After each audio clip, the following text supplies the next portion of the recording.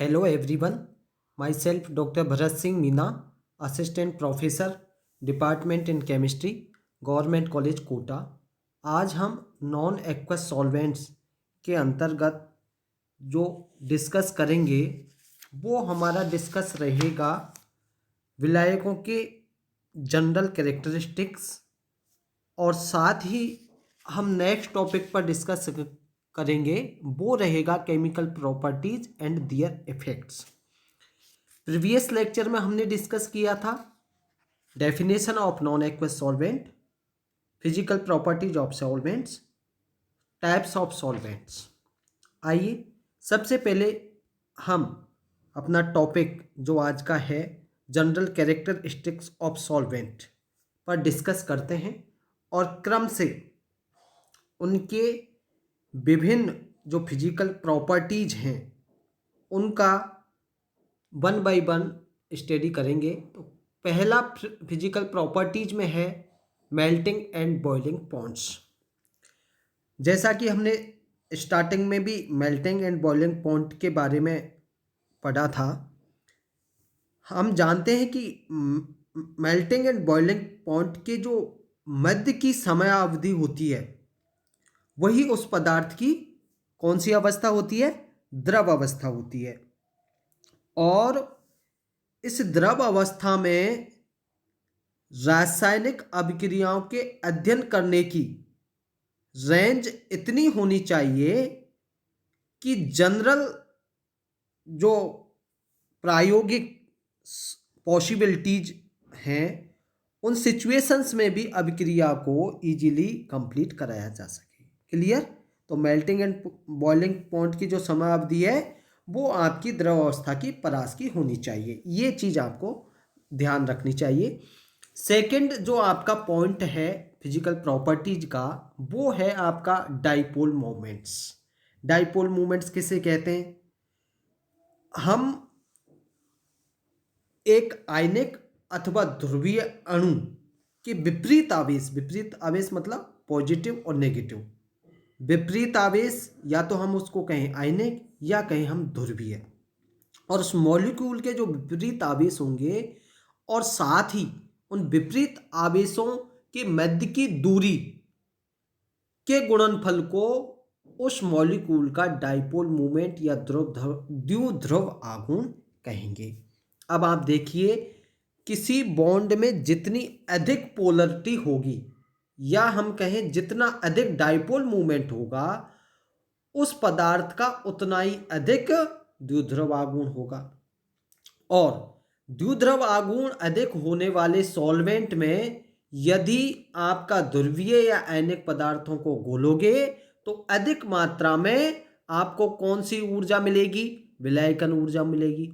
और ये विलायकन ऊर्जा अधिक मात्रा में मुक्त होने के कारण वो क्या होगा? शीघ्रता से विलय हो जाएंगे। अब इसके साथ ही एक और चीज देखिए, अगर उच्च द्विध्रुव आघूर्ण है तो उच्च द्विध्रुव आघूर्ण वाले जो सॉल्वेंट हैं उनमें क्या होगा? जो अंतरा आणविक आकर्षण बल है उसका मान भी अधिक होगा, और उसका मान अधिक होने से उनके अणुओं में क्या होगा? संगुणन की मात्रा बढ़ जाएगी, और संगुणन की मात्रा बढ़ने से उनके क्वथनांक के मान भी उच्च हो जाएंगे। और जिन द्रवों के क्वथनांक के मान उच्च होंगे, नेचुरल सी बात है, ऐसे सॉल्वेंट के द्रव अवस्था की रेंज बढ़ जाएगी, और जब द्रव अवस्था की रेंज बढ़ जाएगी तो वो विलायक कैसे होंगे? आपके उत्तम सॉल्वेंट की भांति कार्य करेंगे। तो ध्यान रखें, हाई डाइपोल मूवमेंट होने से बहुत सारी चीज़ों पे प्रभाव पड़ता है। सॉल्वेंट की जो विलायकन कैपेसिटी है, विलय करने की कैपेसिटी है वो अधिक हो जाएगी, विलायकन ऊर्जा अधिक मात्रा में मुक्त होगी, वो जल्दी से विलय होंगे, और अंतरा आणविक आकर्षण बल का मान भी उच्च होगा, उससे संगणन की मात्रा बढ़ जाएगी, उससे क्वथनांकों के मान भी बढ़ जाएंगे, और वो विलायक अच्छी कैटेगरी के माने जाएंगे। तो द्विध्रुव आघूर्ण का मान उच्च होने से आपकी कितने सारी चीज़ें प्रभावित होती हैं। थर्ड जो आपका फिजिकल पॉइंट है वो है डाइइलेक्ट्रिक स्थिरांक। डाइइलेक्ट्रिक स्थिरांक किसे कहते हैं? किसी विलायक द्वारा विलेयशील पदार्थ के विद्युतीय आवेश को उदासीन करने की क्षमता उस विलायक का डाइइलेक्ट्रिक स्थिरांक कहा जाता है। किसका? सॉल्वेंट का। सॉल्वेंट का डाइइलेक्ट्रिक स्थिरांक क्या कहलाएगा कि विलेयशील पदार्थ के और कौन से आवेश को उदासीन करे? विद्युतीय आवेश को उदासीन करने की जो उसकी कैपेसिटी है वही उसका डाइइलेक्ट्रिक स्थिरांक कहलाएगा। और इसे हम किससे शो करते हैं? एप्सिलॉन से। और किसी आयनिक क्रिस्टल में अगर धनायन तथा ऋणायन के मध्य के कूलाम्बिक आकर्षण बल को कूलाम्बिक आकर्षण बल को किससे रिप्रेजेंट कर रहे हैं? एफ को अगर आप किसी व्यंजक द्वारा शो करेंगे तो किस प्रकार से करेंगे? एफ बराबर Q plus Q minus upon epsilon R square. यहाँ क्यू प्लस और क्यू माइनस क्या है? धनायन और ऋणायन के आवेश हैं। और आर क्या है? उनके मध्य की दूरी है। और किसी आयनिक पदार्थ के समान क्यू प्लस और क्यू माइनस और आर के लिए क्या करेंगे? F proportional to 1 upon epsilon. अब आप देखें एप्सिलॉन का मान अधिक होगा। अगर एप्सिलॉन का मान अधिक होगा तो किसका मान कम होगा? एफ का मान कम हो जाएगा। दूसरे शब्दों में हम इसको इस प्रकार से कह सकते हैं, किसी सॉल्वेंट के लिए एप्सिलॉन का मान जितना अधिक होगा उसमें विलेयशील पदार्थों के आयनों के मध्य का आकर्षण बल उतना ही कम हो जाएगा। मतलब एप्सिलॉन और आकर्षण बल एक दूसरे के अपोजिट हैं। अब नेचुरल सी बात है, ऐसी सिचुएशन में क्या होगा? जो आयन क्रिस्टल में बंधे रहने के स्थान पर विलयन में आ जाएंगे अर्थात घुल जाएंगे।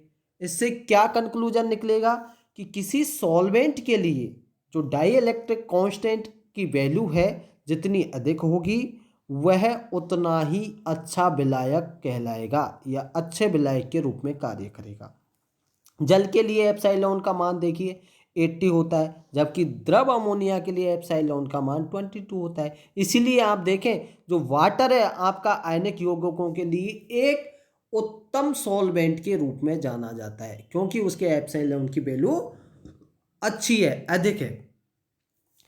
फोर्थ जो आपका फिजिकल कैरेक्टर है वो है इलेक्ट्रिकल कंडक्टेंस। इलेक्ट्रिकल कंडक्टेंस क्या होता है कि विलायकों में स्वतः आयनीकरण का एक कैरेक्टर होता है और ये विद्युत के क्या होते हैं? चालक होते हैं, कंडक्टर होते हैं। और इनकी विद्युत चालकता की वैल्यू से इन विलायकों के स्वतः आयनन की मात्रा का आप पता लगा सकते हो। किसी सॉल्वेंट में जितना अधिक आयनन होगा उस सॉल्वेंट में उतनी आसानी से कौन सी रिएक्शंस कंप्लीट होंगी? एसिड बेस रिएक्शंस कंप्लीट हो सकती हैं। फिफ्थ आपका पॉइंट है विस्कोसिटी, जिसे श्यानता के नाम से भी जानते हैं। क्या है श्यानता? किसी द्रव के विलायक के लिए श्यानता एक बहुत ही महत्वपूर्ण कैरेक्टर है। जैसे आप देखिए जल है, एल्कोहल है, द्रव अमोनिया है आदि ऐसे द्रव हैं जो पर्याप्त रूप से तरल हैं, फ्लूइड हैं, जबकि जो निर्जलीय हैं जिनमें जल नहीं है जैसे H2SO4 है, उच्च क्वथनांक वाले एल्कोहल हैं आदि कैसे हैं? काफ़ी गाढ़े हैं। गाढ़े विलायकों में आयनिक गतिशीलता कम हो जाती है, जिससे क्या होगा? जो केमिकल आयनिक गतिशीलता कम होगी तो केमिकल रिएक्शंस इजीली से कंप्लीट नहीं हो पाएंगी। और केमिकल रिएक्शंस को कंप्लीट कराने में कम विस्कोसिटी वाले द्रव अधिक सुविधाजनक होते हैं। अधिक श्यानता वाले द्रवों में कौन कौन से हैं? अवक्षेपण है, क्रिस्टलीकरण है, छानने की आदि जो प्रोसेस है ये काफ़ी कठिनाई से संपन्न होती है। आपका फिजिकल प्रॉपर्टीज में जो लास्ट पॉइंट है वो है आपका प्रोटॉन एफिनिटी। प्रोटॉन एफिनिटी क्या है? प्रोटॉन एफिनिटी भी प्रोटोनी विलायकों के लिए प्रोटॉन एफिनिटी का गुण भी काफ़ी महत्वपूर्ण है। क्यों? क्योंकि इससे विलेय पदार्थ का अम्लीय व क्षारीय व्यवहार प्रभावित होता है। उदाहरण के तौर पर आप देखें तो जल की तुलना में अमोनिया की प्रोटॉन एफिनिटी का मान अधिक होगा। और एसिटेमाइड जल में एक दुर्बल क्षार की भांति व्यवहार करता है, जबकि द्रव अमोनिया में इसका व्यवहार कैसा है? अम्लीय। आप देखिए प्रोटॉन पाता, ये आपका एसिटेमाइड है, H2O से रिएक्शन कर रहा है और ये आपको CH3CO NH3 प्लस बना रहा है और OH क्षारीय के रूप में सेपरेट हो रहा है। इसी प्रकार से अब ये प्रोटॉन पाता के रूप में कार्य कर रहा है और प्लस NH3 से रिएक्शन करके और इस प्रकार से CH3CONH माइनस और ये अमोनियम के रूप में एसिडिक फॉर्म में सेपरेट हो रहा है। तो ये आपने देखा, ये सारे के सारे point number 1 melting and boiling point, second dipole movement, third था आपका डाइलेक्ट्रिक कांस्टेंट, फोर्थ था आपका इलेक्ट्रिकल कंडक्टेंस, फिफ्थ आपकी विस्कोसिटी और लास्ट वन 6 है आपका प्रोटॉन एफिनिटी। ये सारे विलायकों की जनरल कैरेक्टरिस्टिक्स के अंतर्गत आते हैं, सॉल्वेंट्स की जनरल कैरेक्टरिस्टिक्स के अंतर्गत आते हैं। अब हम जो नेक्स्ट टॉपिक है हमारा रासायनिक गुण तथा उनके प्रभाव, जिसे हम कहें chemical properties and their effects. तो इसमें आप देखें केमिकल प्रॉपर्टीज और उसके इफेक्ट्स में, तो विलायकों के कुछ प्रमुख केमिकल गुण हैं जो विलयशील पदार्थों के गुणों को भी प्रभावित करते हैं, और उसमें पहला है आपका एसिडिक एंड बेसिक प्रॉपर्टीज। इसमें क्या होगा कि पदार्थों के अम्लीय तथा क्षारीय गुण विलायक की जो सॉल्वेंट है उसकी नेचर पर बहुत निर्भर करते हैं। जनरली देखें आप, अम्ल तथा क्षारों के जो सामान्य विलायक सिद्धांत है उसके अनुसार क्या होगा, विलायकों के धनायन को मुक्त करने वाले पदार्थ अम्ल और विलायकों के ऋणायन को मुक्त करने वाले पदार्थ क्षार कहलाएंगे। ये तो एक general theory of solvent system है।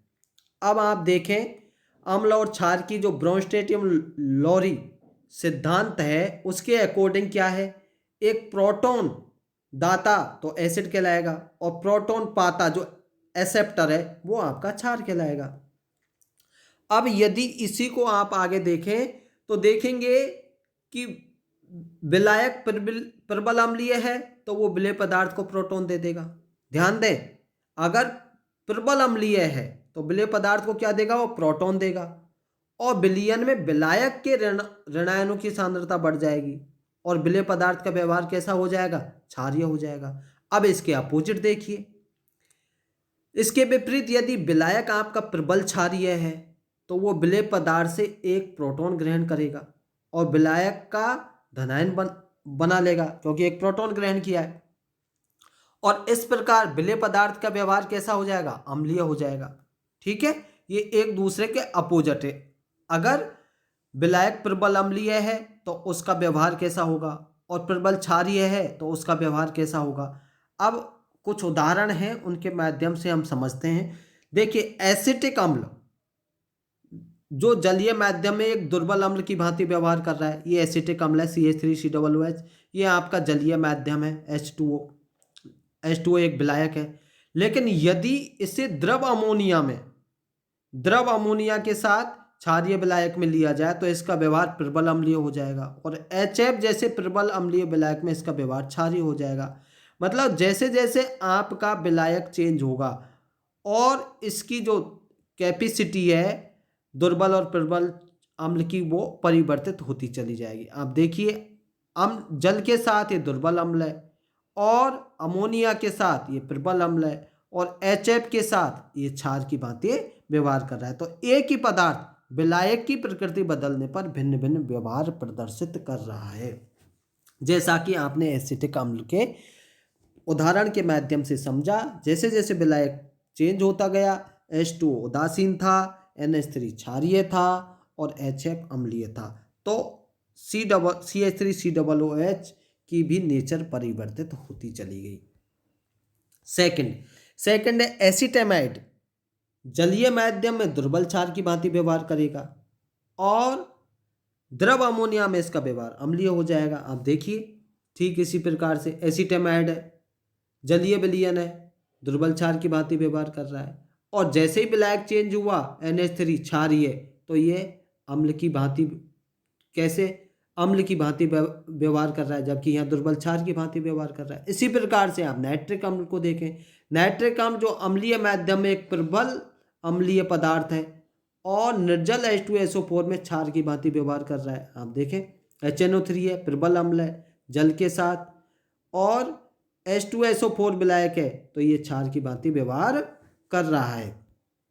तो आपने देखा कि किस प्रकार से एक विलायक के परिवर्तन से उसके साथ जो दूसरा पदार्थ है उसका व्यवहार परिवर्तित हो जाता है। हमने ये व्यवहार देखा अम्लीय तथा क्षारीय गुण के अंतर्गत। अम्लीय तथा क्षारीय गुण के अंतर्गत सबसे पहले हमने उदाहरण लिया एसिटिक अम्ल का। एसिटिक अम्ल में हमने जैसे ही सॉल्वेंट चेंज किए, एसिटिक अम्ल की नेचर परिवर्तित होती चली गई। ठीक उसी प्रकार से हमने एसिटेमाइड का उदाहरण लिया। एसिटेमाइड के साथ भी अगर हमने विलायक चेंज किया तो उसकी नेचर भी परिवर्तित हो गई। और लास्ट में हमने एग्जाम्पल लिया नाइट्रिक अम्ल या नाइट्रिक अम्ल जिसे हम HNO3 के नाम से भी जानते हैं। वहाँ भी हमने विलायक चेंज किया तो उसकी नेचर भी परिवर्तित होती चली गई। तो ये आपके केमिकल गुण तथा उनका प्रभाव जिसमें हम अम्लीय तथा क्षारीय गुण के बारे में डिस्कस किया। और आज जो डिस्कस के मेन फोकस पॉइंट थे वो विलायकों के सामान्य कैरेक्टर जिसे जनरल कैरेक्टरिस्टिक्स ऑफ सॉल्वेंट्स के नाम से हमने जाना और उसके डिफरेंट पॉइंट्स के बारे में विस्तार से अध्ययन किया। Thank you.